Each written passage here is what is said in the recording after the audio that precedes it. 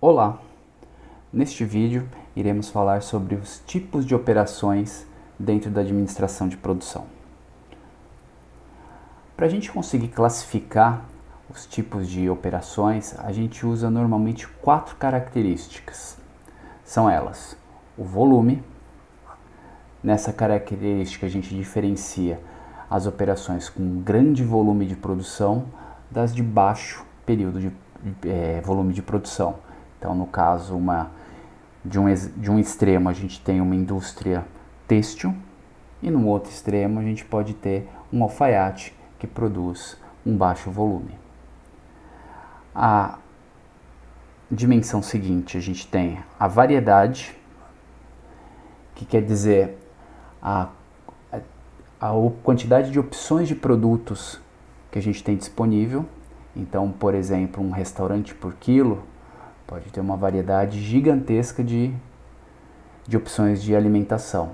Já num restaurante, num fast food, a gente teria uma quantidade menor de variedade. Poderia ter, sei lá, 5 ou 6 tipos de pedidos. Já a dimensão variação, ela difere da variedade na seguinte ideia. A variedade, a gente está falando da diversidade de opções.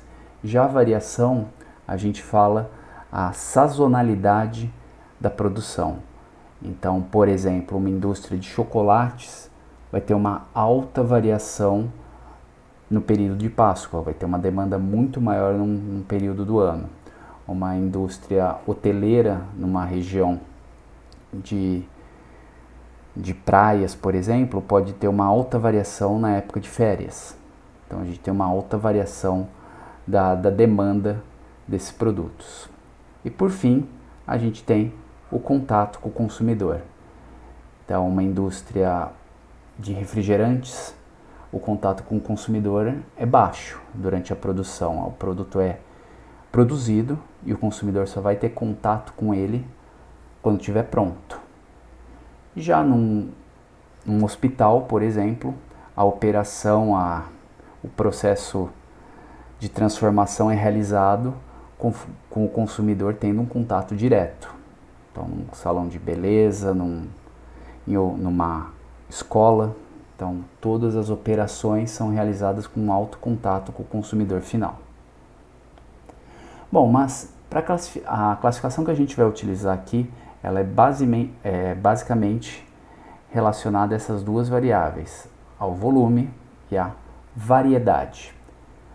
Então vamos mostrar como que é essa classificação. Vamos começar primeiro com a classificação dos produtos. Então a gente começa traçando um eixo onde no eixo Y a gente tem uma variedade crescente. Então, conforme a gente vai subindo nesse eixo, a gente tem uma maior variedade, opções de produto final.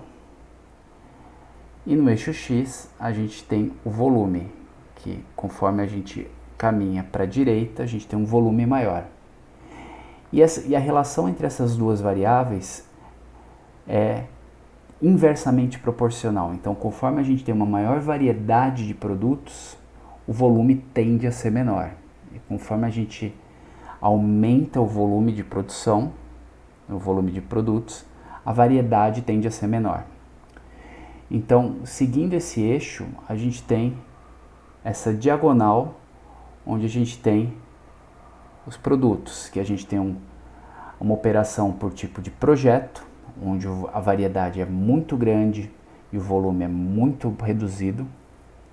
A gente passa depois para uma variedade menor, para a operação de jobbing, que são feitos pedidos. Depois, com um volume maior e uma variedade menor, a gente tem os lotes, uma produção em lote. Com uma variedade menor, mas um volume maior, a gente tem a produção em massa. E para uma variedade bem baixa e um volume muito grande, a gente tem a produção contínua. Então, para dar alguns exemplos de cada uma dessas classificações, a gente pode ter, por projetos, uma construtora. uma empreiteira, ela produz praticamente qualquer tipo de obra, então tem uma variedade muito grande, mas o volume será baixo, porque ela vai produzir um por vez. Já um processo de jobbing, a gente pode encarar como um alfaiate, que são feitos pedidos, tem uma variedade um pouco menor que uma empresa de projetos, mas o volume já é um pouco maior, ele produz algumas unidades simultaneamente. Já a produção em lotes, a gente pode pensar uma marcenaria, que a variedade é menor que um alfaiate de opções de produto, mas o volume já é maior. Então você tem ela fabricando mesas, cadeiras, móveis. A produção em massa, o volume já é um pouco maior, já é bem maior, e a variedade é menor. Então vai ter uma linha de produção para um tipo de produto, que pode variar. A gente pode ter alguns produtos sendo produzidos por uma linha de produção, mas a variedade não será tão grande. E por fim, a gente tem uma produção contínua, onde, por exemplo, uma indústria petroquímica, uma indústria petrolífera, onde a variedade do produto das opções de produto são baixas, mas a produção é contínua. Da mesma maneira que a gente tem essa classificação de produtos, a gente tem para serviços. Então a gente tem os serviços profissionais, onde a variedade é bem alta e o volume é baixo. A gente tem depois a loja de serviços, onde a variedade é um pouco menor que as de serviços profissionais, mas o volume já é maior.